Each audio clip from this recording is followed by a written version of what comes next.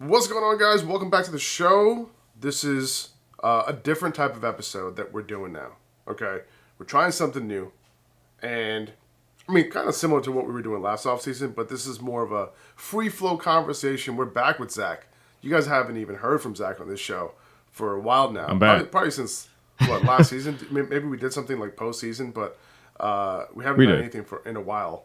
So this is a long time coming, and I appreciate Zach coming back on the show.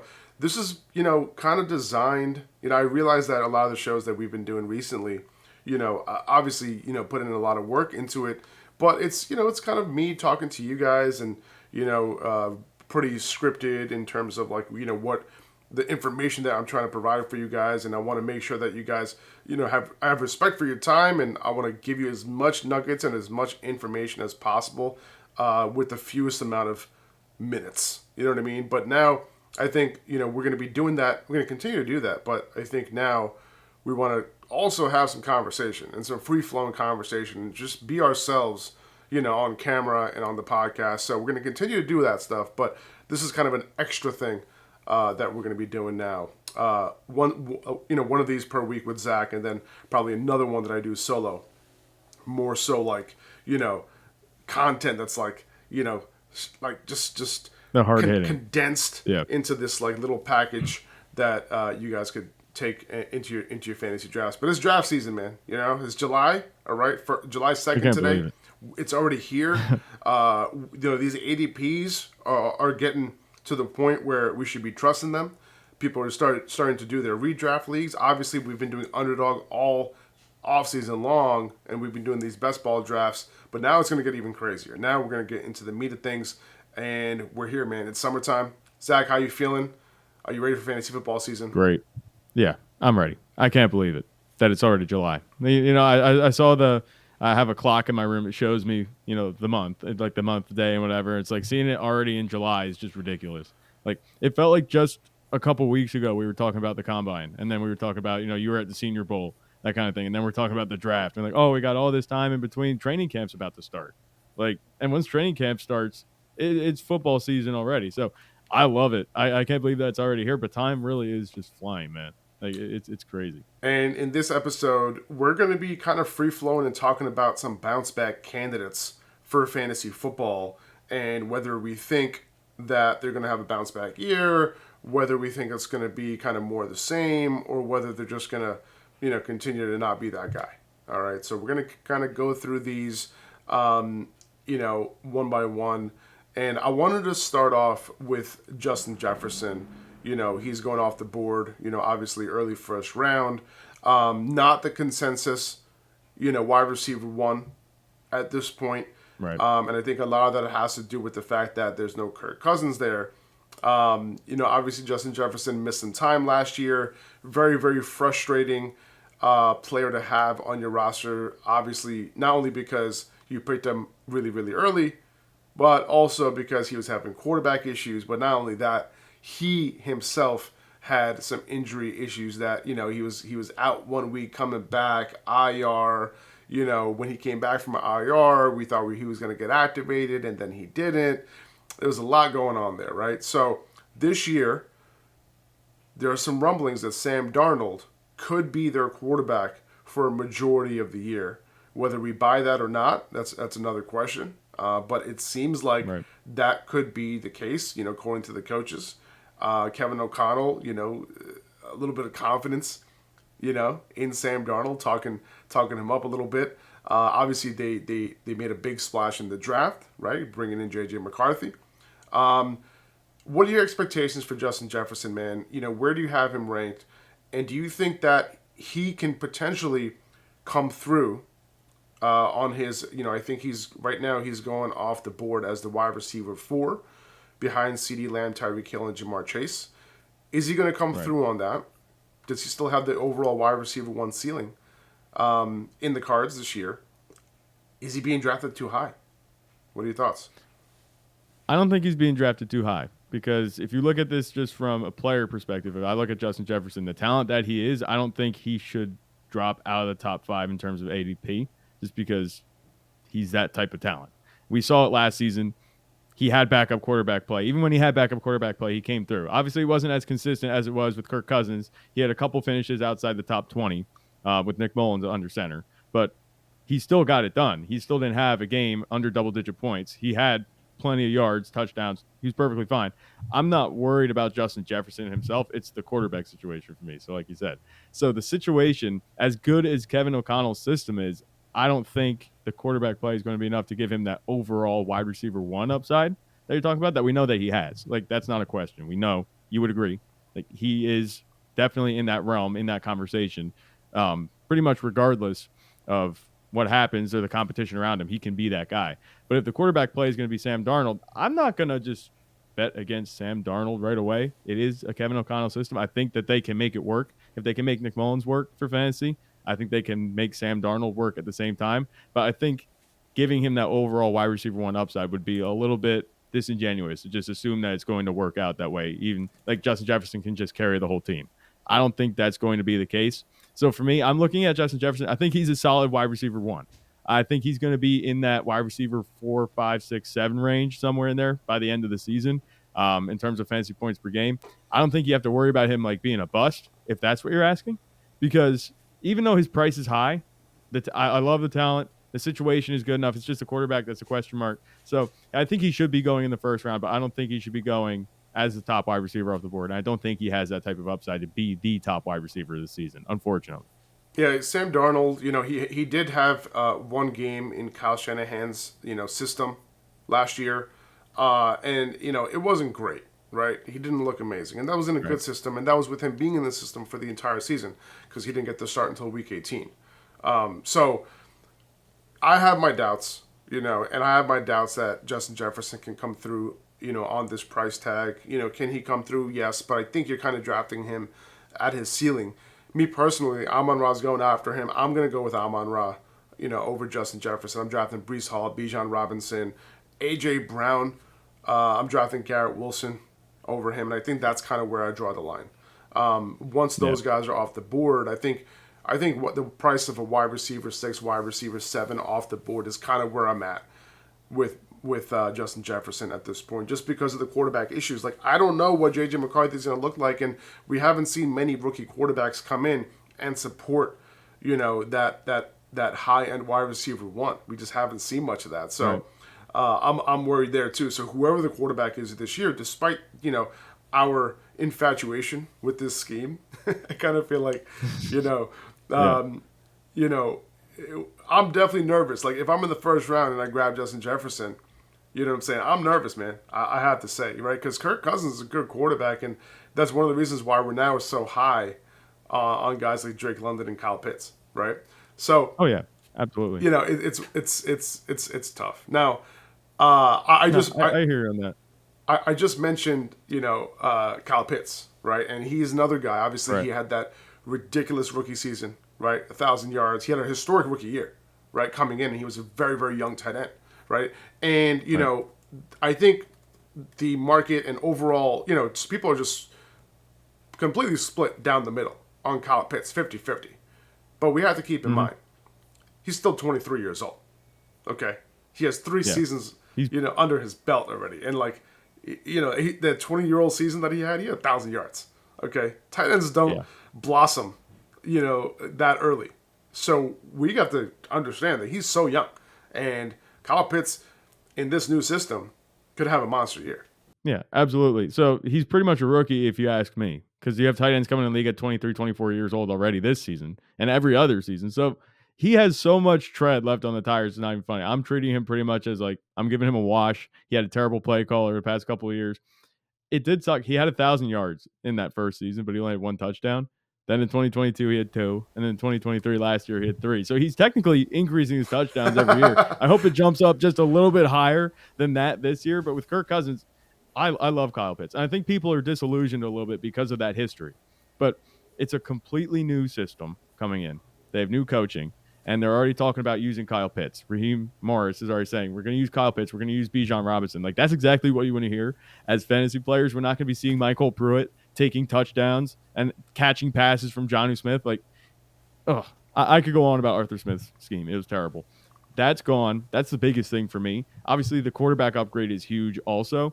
You talk about one of the tight ends that had the lowest catchable target rates in the league over the past couple of years. Like, he has had just terrible quarterbacks thrown to him. I think everything's coming together. I think you need to, and we said this last year and the year before, I know, you need to cast aside last year and the year before and just draft with the talent in mind. We know who Kyle Pitts is. He's still a unicorn. He's that guy. He's 23 years old.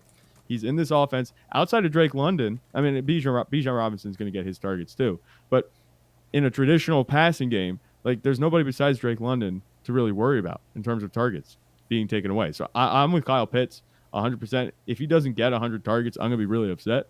That would be a huge disappointment because the expectations, I think, even after the high expectations last year and the year before, like, this is as high as expectations have been. And I think he actually has the best chance to come through on them, even though they're as high as they've been in his career. And a note on Arthur Smith, right? Like, it's crazy because, believe it or not, the Falcons were third in the NFL in targets to the tight end position. The problem was that it wasn't just Kyle Pitts, right? It was Kyle Pitts and Geno Smith, right? Not only that, Kyle Pitts was banged up all year long. And after the season, Kyle Pitts put out a post, I think it was on Instagram or wherever it was, saying that, hey, like, he just wasn't 100% this year, and, you know, he's coming back healthy. So I think that's going to play a big impact as well, right? So, you know, think about Pat Freiermuth, by the way, right, in Pittsburgh, right? Obviously, they drafted another tight end in Darnell Washington, but, like, he's just this giant, you know, that they're going to use. I think they're just going to use, you know, O-lineman. Yeah, O-lineman, a little bit of red zone, that sort of thing, you know, no problem. But it is very possible that we see Freiermuth have a big year and a bounce back year. If you guys remember, I was pretty high on Pat Freiermuth last year, going into last year, because of, you know, how he started his career. He's a very good prospect. You know, he was like top 6, you know, in receptions, most receptions ever by a rookie, you know, over the first 2 years as well. You know, he held, he was like top 5 in receptions or something like that. So that means a lot, right? And last year was just, you know, a bad offense. And now with Arthur Smith there, things could be okay for Pat Freiermuth potentially. So late round tight end pick, he's definitely, you know, on the table. But back to Kyle Pitts. Yeah. This is an offense, you know, with Zach Robinson. You know, we saw in all the days with Sean McVay, right? Like, in all the years with Sean McVay in LA, that's where Zach Robinson is coming from. You know, there's a staple route combination between the slot receiver and the outside receiver, right? And Puka was the guy, you know, running a lot of those digs. But one of the staple route combinations was, you know, included that, but plus a sail or dagger from the slot, right? And now, who's going to be running most of that, right? Is it going to be Kyle Pitts? Is it going to be Rondale Moore, right? Because remember, they traded away a quarterback to get Rondale Moore, right? They traded away Desmond Ridder with the Cardinals to get him. So he's profiling as their slot receiver. And I think that, you know, Kyle Pitts could be favored in the slot, you know, obviously over Rondale Moore, right? Because I don't know that they're going to want to play him as a traditional tight end because he profiles more as a receiver. So my guess is that, you know, they're gonna use him out wide, use him in the slot a lot more than they do in line. And if that's the case, man, like, these route combinations are absolutely silly schematically, and it's just going to be, you know, I think they're going to use him a ton. So between him and Drake London, who excels, you know, with that dig route, the one that, you know, Puka ran the most last year, you know, the three routes that Puka ran the most last year happen to be the 3 routes that, you know, Drake London has the highest success routes with. The highest success rate with. Right. So something to keep in mind. That's from receptionperception.com. Matt Harmon's work. You can go check that out. But I'm looking forward to this offense, man. I think this could be a very, very potent offense, especially with Kirk Cousins at the helm. He's already throwing. He's looking good. It doesn't seem like that Achilles is really bothering him. Obviously, you know, there could be some issues with him stepping up in the pocket, et cetera, et cetera. I'm not really worried, man. I'm really not. So, no, you know, I'm not either. It is what it is. He's a veteran. He's been through it. He's been through the ringer. You know, he's come back from an injury. Like, this isn't one where it's like, oh, well, he really relied on his mobility a lot, you know, to produce in fantasy. Like, that wasn't the case. He's always been a pocket passer, and he's just going to continue to do his thing. And he has a better offensive line, in my opinion, in Atlanta than he did in Minnesota. I mean, I know Darrisaw was good, but they have a good offensive line in Atlanta as well. So I don't think it's going to be an issue for him. And obviously the weapons, I don't want to compare because Drake London. It's hard to look, but I like what they have in Atlanta also. So Kyle Pitts, definitely in on him. And just to go back, like you were talking about Freiermuth, I did want to say he is a tight end 14 off the board. He's coming off the board in the 12th round. So like if you want to talk about easy potential value right there, I'm 100% with you on that. Yeah, because like you mentioned, Arthur Smith targets his tight ends. I feel like once Jake Ferguson is off the board, I kind of feel like Pat Freiermuth might be like one of the best targets after that, because I think Ferguson you can get on underdog like around the 9th roundish. He's going off the board as the tight end 9. Which obviously you like as a value because you're big on him. You're big on Evan Ingram. Yeah. Kyle Pitts is going ahead of both of those guys. Do you guys have those guys ranked above Kyle Pitts right now? I have Evan Ingram definitely above Kyle Pitts, but I have Kyle Pitts. I think he's one spot above Jake Ferguson. Okay, gotcha. And we had this conversation. I texted you. I said, "Can I pound the table for Jake Ferguson being top 5? If I don't have him top 5 in my rankings?" You're like, "Yes, but you have to have the nuance." It's the upside that I'm chasing with Jake Ferguson because he actually got 100. I think it was 100 targets last year in the offense next to CeeDee Lamb. So who knows what's happening? Speaking of CeeDee Lamb, apparently there's a contract dispute going on there. Apparently he might hold out. If he would hold out at all, Jake Ferguson would really be very, very valuable, but that's obviously a ways down the road. But Jake Ferguson in the offense, it's going to be CeeDee Lamb and then Jake Ferguson. We saw Brandon Cooks. He was good in the red zone. He did have those touchdowns, especially late in the season. But in terms of what he does in terms of target earning, I don't think he's going to really contend with Jake Ferguson. That's what we saw last season. Jake Ferguson can take that next step. We know Dak likes his tight ends. That's exactly what you want to see from a tight end. So for him to be hanging around in that range, I think that's a really good value. He has a top 5 upside. But I think if I had to pick the range of outcomes, more often than not, it'll be Kyle Pitts over him because we've seen what Kirk Cousins has done for the Minnesota receivers, and I think he can do the exact same thing in Atlanta. I want to talk about 2 running backs in the top 10. Going off the board is two top 6 running backs right now, Jonathan Taylor and Saquon Barkley, right?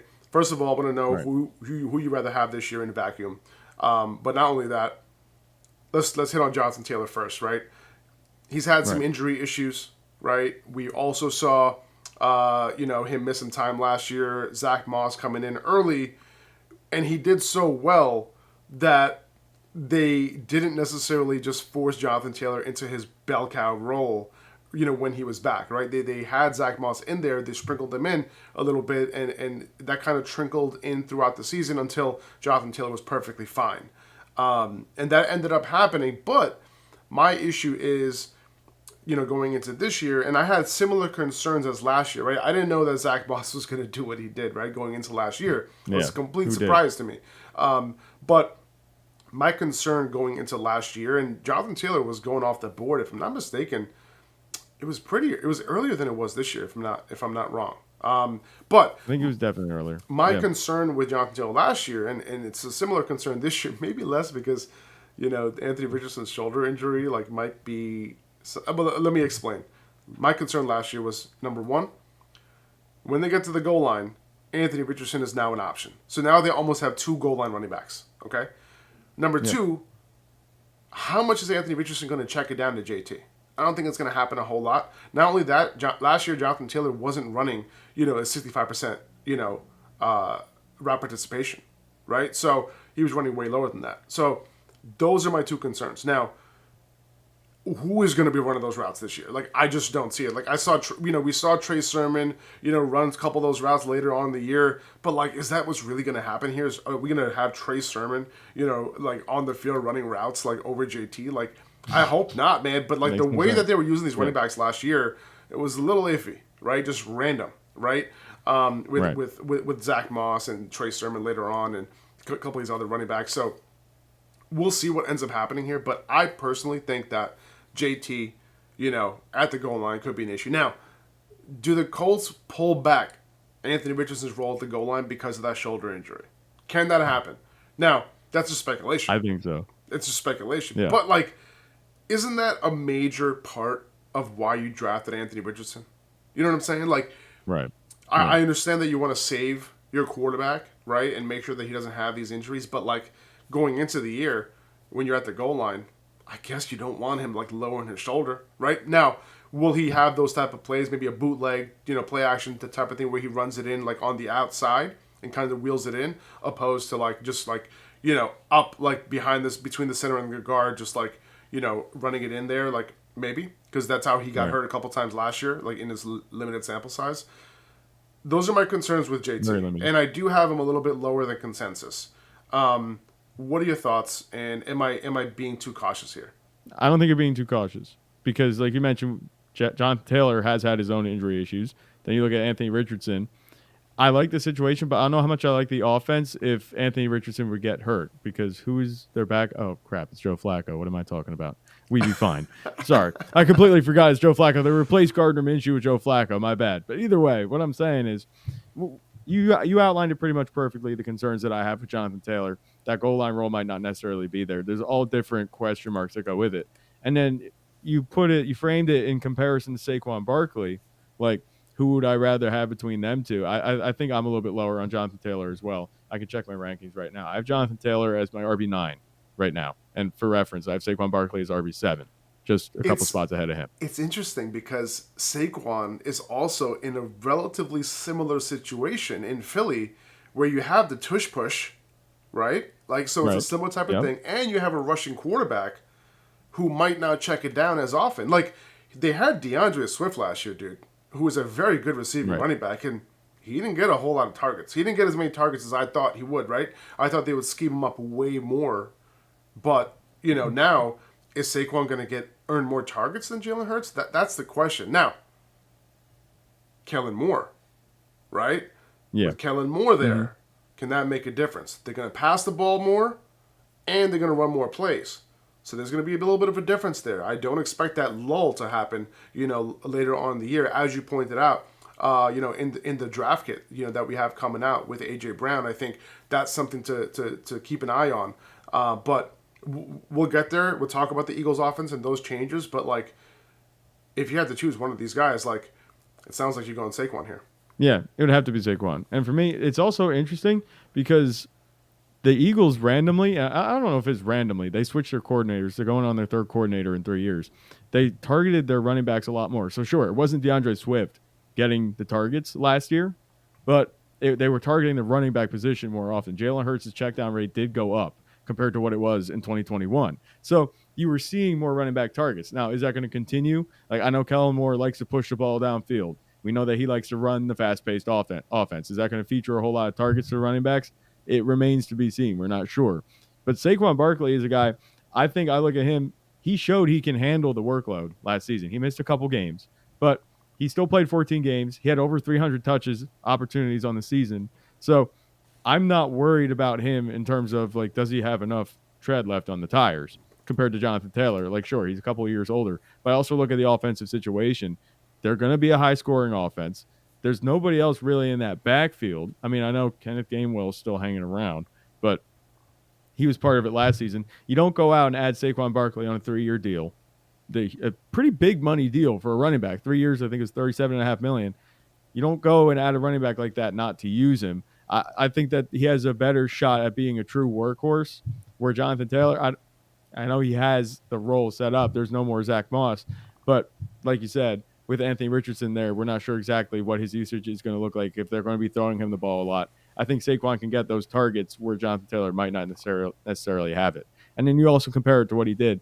It wasn't a volume issue in New York. It was a quality offense that he was on.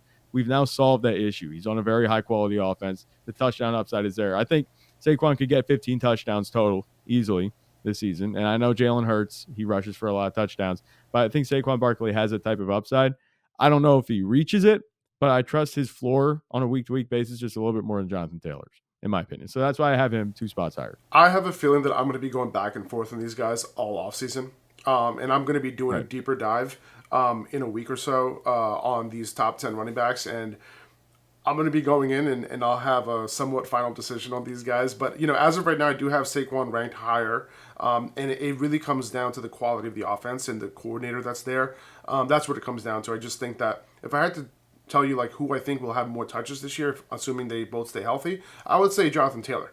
But it'll be more so in the rushing game, right? I do think Saquon Barkley, I do agree with you that Saquon would end up with more touchdown equity, which is why I'm leaning in his direction. Just the quality of the offense is way better, right? So that's kind of where I'm leaning. So we'll see how that goes. If Anthony Richardson ends up getting hurt again, obviously they'll lean on JT. But what is that quality of offense going to look like? Right. That's a concern there. Right. Yeah. All right. I want to move on to two players, quarterback and wide receiver tandem, Geno Smith and DK Metcalf. Obviously, you can agree that one of them might bounce back and one of them doesn't. But I want to talk about this offense real quick and the fact that they brought in Ryan Grubb from Washington Huskies. It's a pass first system. He came on board 2 years ago, completely transformed that offense. They were a pass first offense. They were a quality, efficient offense, right? Led by Michael Penix. And, we saw Rome Odunze do his thing. Jalen McMillan, do his thing. We saw Jalen Polk do his thing. And, all these receivers were very, very good, right, for them. Look at the situation they're in right now, right? They got Tyler Lockett. He's obviously, going downhill a little bit, but he's still very capable, who I think is still a value in redraft and underdog leagues, even though he doesn't have the same ceiling he once had. JSN could take that step forward. I expect them to run way more 11 personnel than they did last year. They were middle of the pack in that category. And I think DK Metcalf is somebody who has a ceiling that we haven't seen for a few years now that he still has. And in this offense, personally, I'm going after DK Metcalf a ton because I think Geno Smith is also a little bit underrated this year. Like, Geno Smith is going off the board in a pass-first system. Geno Smith is going off the board as a QB 23, okay? Which I think... Go ahead. With DK Metcalf, Tyler Lockett, and maybe JSN taking a step in the passing game.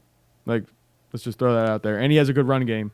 And Kenneth Walker and Zach Charbonnet. And let's not look at the situation. And let's not count out Noah Fant, right? Who is a very talented tight end. Who is somebody who very, very, great prospect coming out. He just didn't get the type of role that we wanted. And now all these tight ends left, right? Seattle, and he's the guy.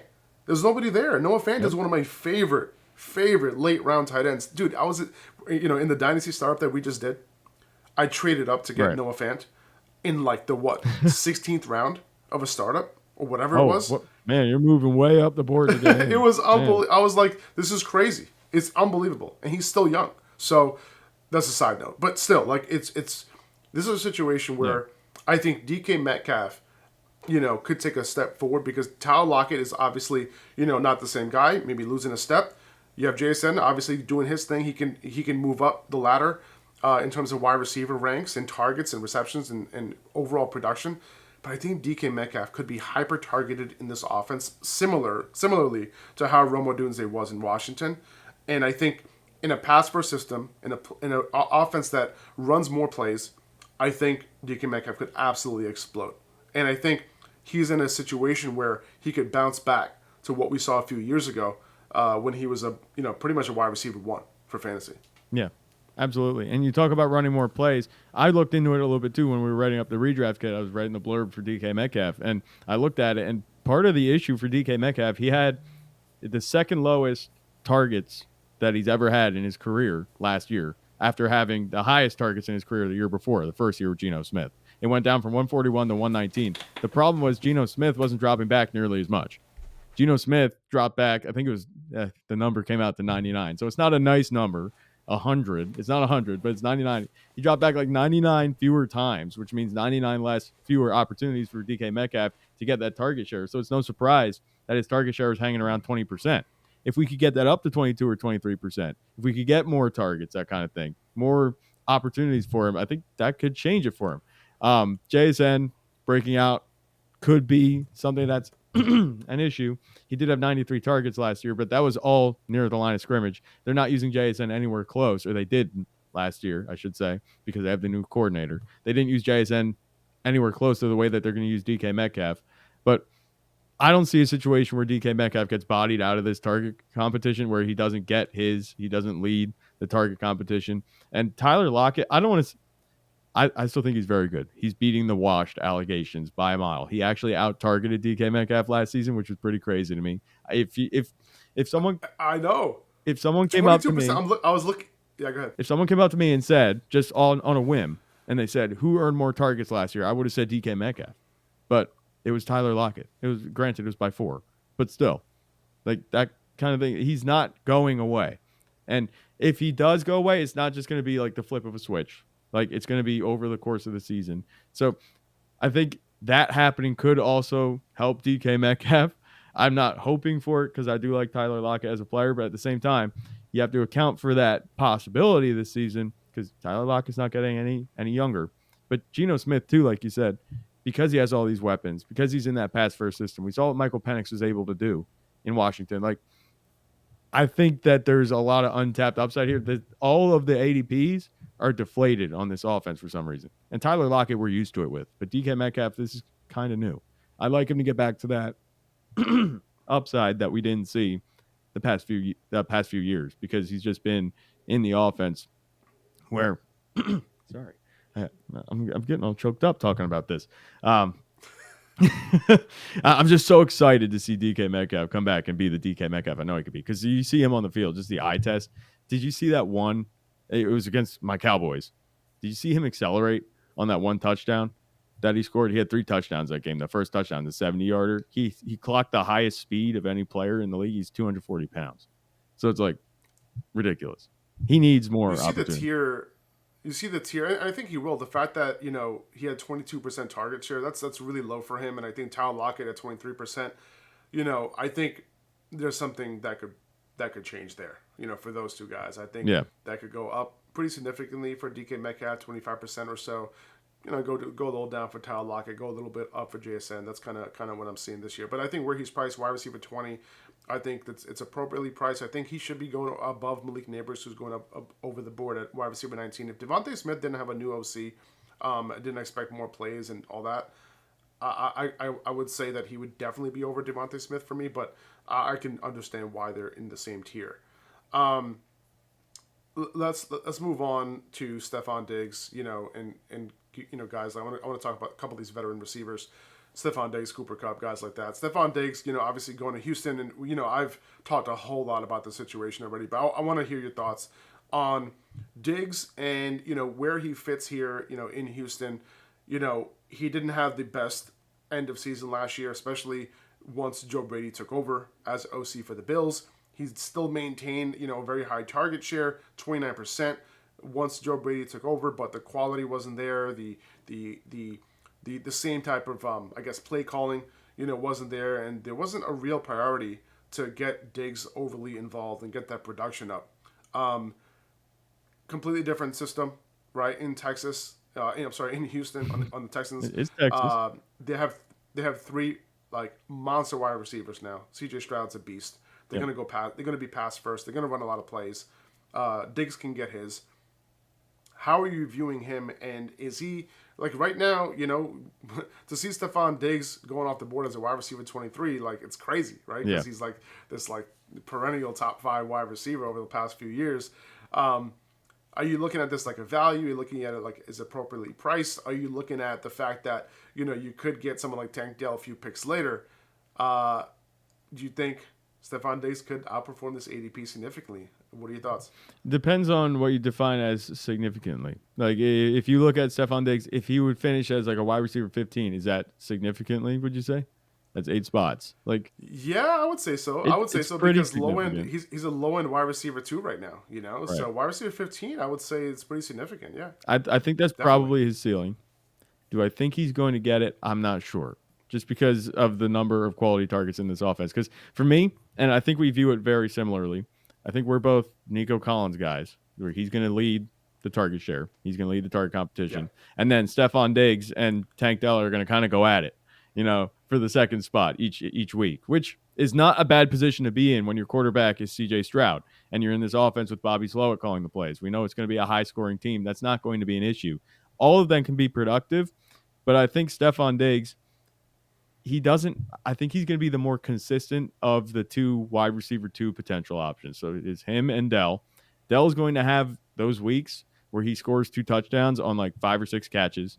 And it's going to be well, why didn't we see this coming? You know, it's not Stefon Yeah. Diggs' time, it's Tank Dell's time. Stefon Diggs is so 2022. You know, that's what we're going to be talking about. But then there's going to be other weeks where it's like Stefon Diggs is just getting it done, hammering out 7 or 8 catches, 80 yards, maybe a touchdown in between here or there. Like, and we're going to be like, okay, Stefon Diggs, he was the safer pick. We knew Tank Dell was going to be a little bit of a volatile player. I think that's exactly what we're in line for. Nico Collins is going to be doing his thing.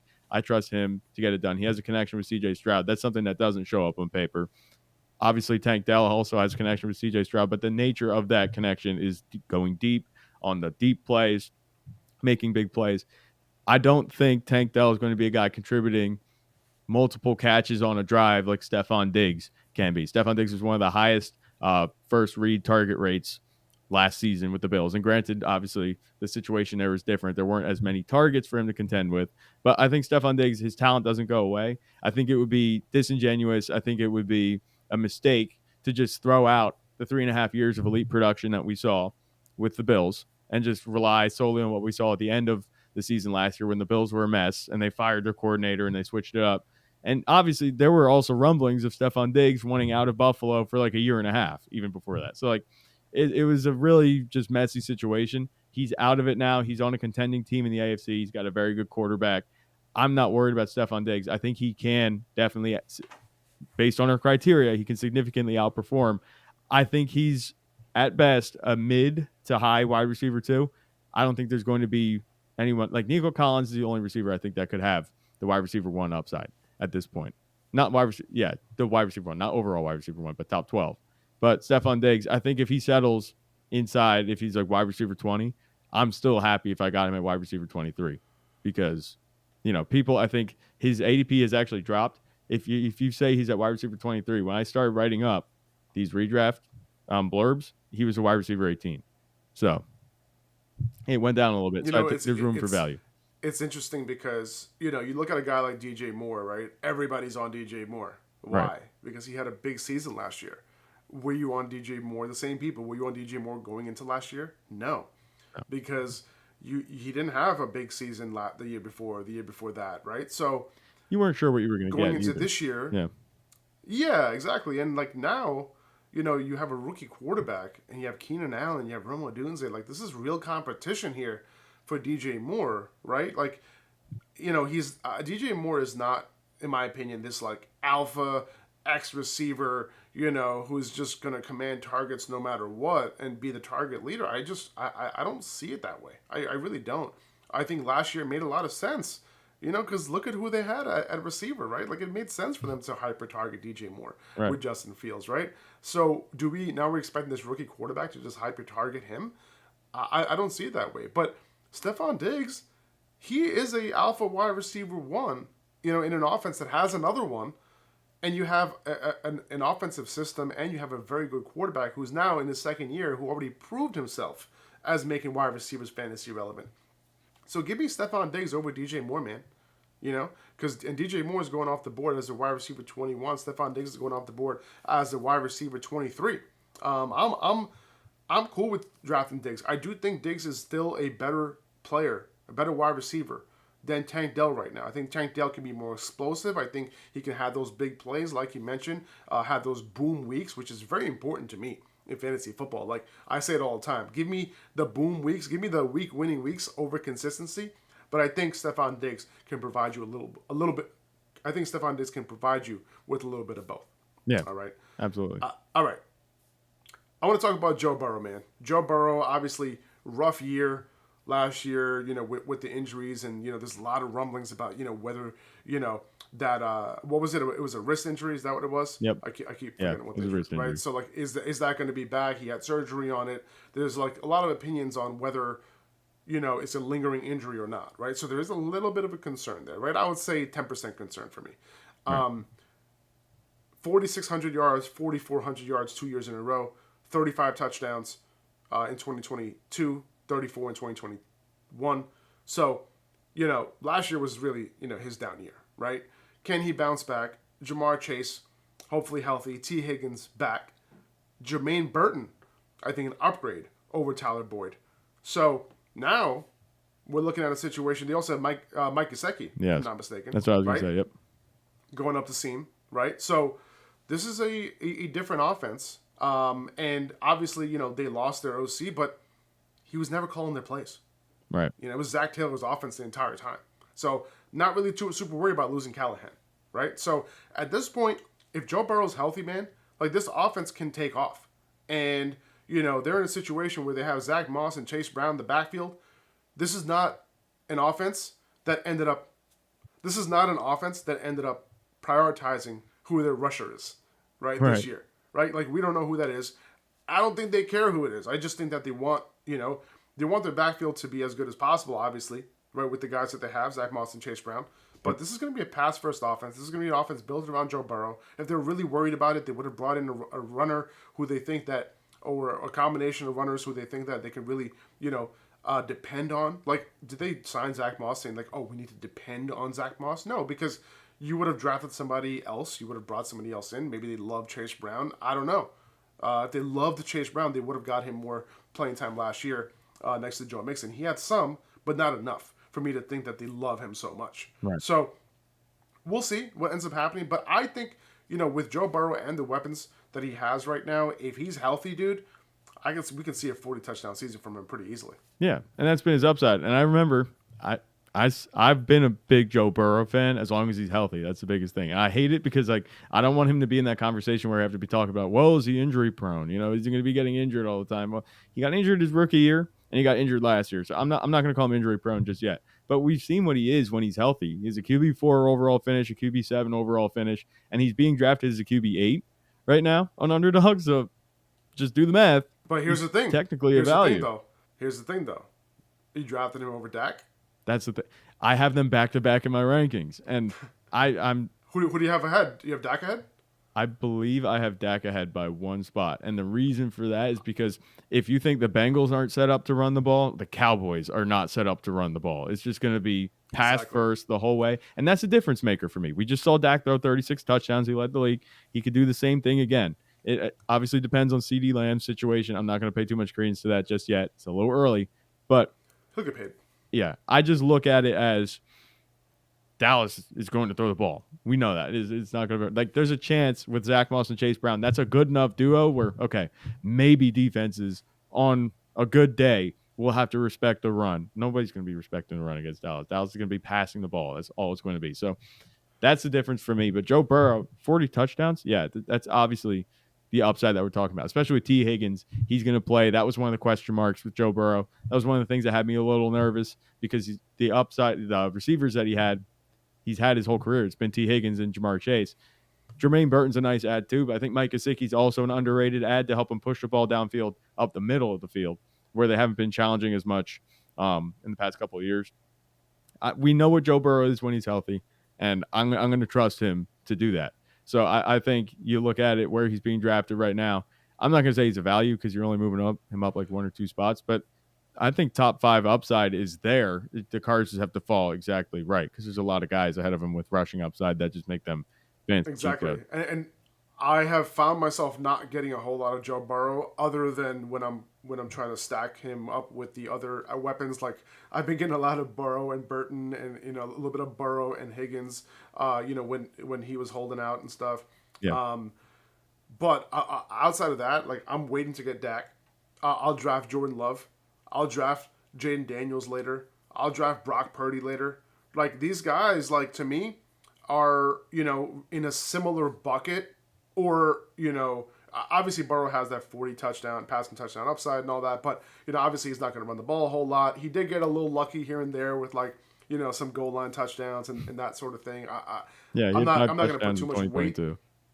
Yeah, I'm not going to put too much weight into that, right? Obviously that helped a lot if you had him that year. I had him in a lot of leagues that year. Right. But, because he was being taken late. But at the end of the day, like, I'm personally, like, if he's going to be a pocket passer, give me guys like Dak. Give me Jordan Love later on because Jordan Love is being taken about almost a round later, right? So I'd rather pair Jordan Love with a skill position player because we know that Jordan Love also has some really good weapons and some emerging ones as well. So while I think that Joe Burrow can definitely bounce back, I'm not going to have a whole lot of him if his price stays where it's at right now. All right, I want to hit on one more player real quick, and I'm going to give you the choice of who we talk about here. All right. Diontae Johnson, Christian Watson, Ramondre Stevenson, and Chris Godwin. Those are the four guys. I think we got to talk about Diontae Johnson. That's Okay. who I would talk about because one quick note on Chris Godwin though. if you wanted to talk about Chris Godwin, you could just say it. It's fine. I don't.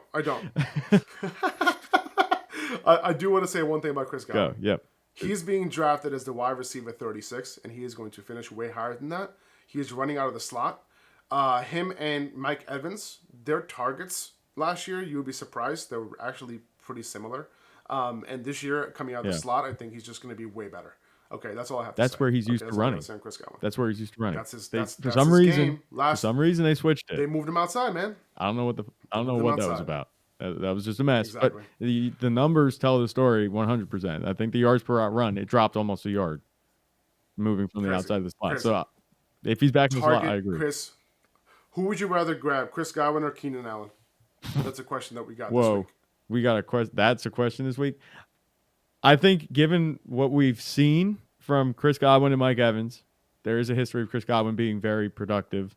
I'm not sure what we're going to get from Keenan Allen. And it's a rookie quarterback there. I like Baker Mayfield a lot. He's one of my favorite values also, by the way. I might – my rankings are going to say Keenan Allen, but this discussion, I might go with Godwin. So this might be a sign to move Godwin up my rankings a little bit. I think that's a sign. I think it's a sign. I'm taking Godwin as well. I just think he's going to be a target monster this year. And that's not the sexy I think Mike pick. Evans will get the touchdowns. It's not the sexy pick at all. No. I think Keenan Allen's way sexier at that price because you feel like you got a huge value. But I do think Rome Odunze is somebody who could earn a lot of targets his rookie year as well. We don't have a lot of time. We have about a minute left. So I do want to hit on Diontae Johnson, like you mentioned, just for a quick second. He's going to be the target leader in Carolina. Can he hit 150 targets, Zach, this year? I think he can if the Panthers trust Bryce Young to throw it enough. I don't know if they're going to. If Jonathan Brooks comes back and he's healthy, they might not have to. They might lean on him instead. That could be an X factor there. But if Jonathan Brooks takes longer rather than a shorter amount of time to get up to speed 100%, I think Diontae Johnson could get 150 targets because there's nobody else in that receiving room I'm even remotely worried about. I mean, Xavier Legette, they drafted him high, but I don't know how much of an impact he's going to have on Diontae Johnson. He has proven himself to be a target earner. Exactly. We have our concerns with Leggett as a target earner and as a how you separator. Pronounce his last name? We don't. I don't know. Leggett? And there are no Leggett. Yeah, it's Leggett. Yeah, and there are no concerns around that with Diontae Johnson with either of those things. So he's going to be the clear target earner there, even if they're a run first offense. Totally fine with that. I think I prefer that because of what we've seen out of Bryce Young last year. But Dave Canales coming through, quarterback whisperer. You know what I'm saying? Maybe he ends up doing that. They ended up getting Diontae Johnson. They knew what their plans were as their ex receiver. So they went out and got him. And I think he's a monster value, especially in PPR leagues, man. What are we doing? Wide receiver 44. He can easily finish top 36, even higher. We've seen him be a solid wide receiver 2 in PPR in the past. All right. That's going to do it for this episode, guys.